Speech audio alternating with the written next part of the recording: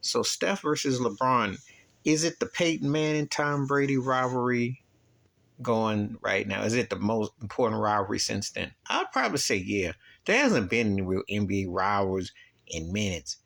The Lakers Spurs thing didn't quite have the same sizzle. Shaq and Kobe against Duncan and Robinson and Ginobili and Parker, but it wasn't quite the same. Phil Jackson against Popovich, not quite. Not as alluring, seductive, and everything that goes on with that. Not even the Phil Jackson Larry Brown split finals where the Lakers beat the Sixers in 01, and then the Pistons, Larry Brown came back and beat the Lakers in 04. Not quite like that. Basketball really doesn't have those kind of things anymore, really, because everybody's buddy buddy and all are friendly friendly.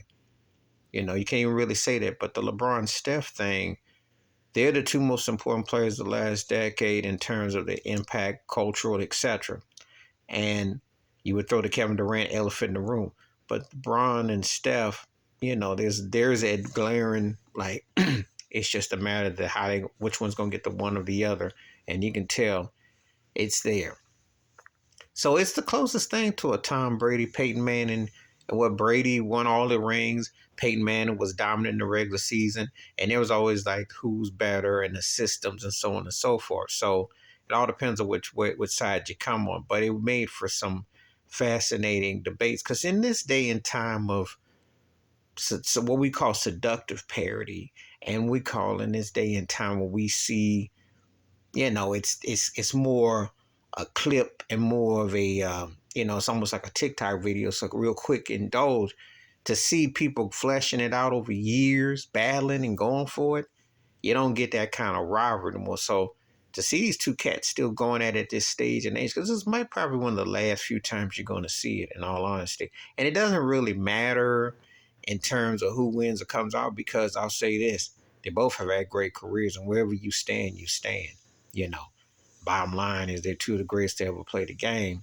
Um, you ask me who I take Steph Curry. Come on, he changed the game and what he's done. And before people say, well, he brought Durant and all was unfair. Well, LeBron started with going to Miami. And I wasn't complaining as a Heat fan, having D Wade and Chris Bosh and all that. But he started that because that's how he felt he could win.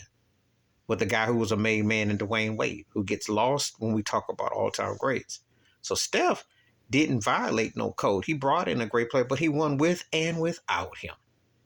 He's been dominant with and without him. Matter of fact, the Steph Curry that you're seeing the past few years is even better. He's stronger. That's the scary part. He look like he got 2 or 3 more top tier years on the shelf.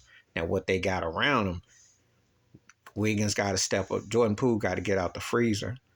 Looney is playing great. So if they can get in, and Gary Payton II is a big comeback. That's a biggie. But Klay Thompson can hit his shots and play well.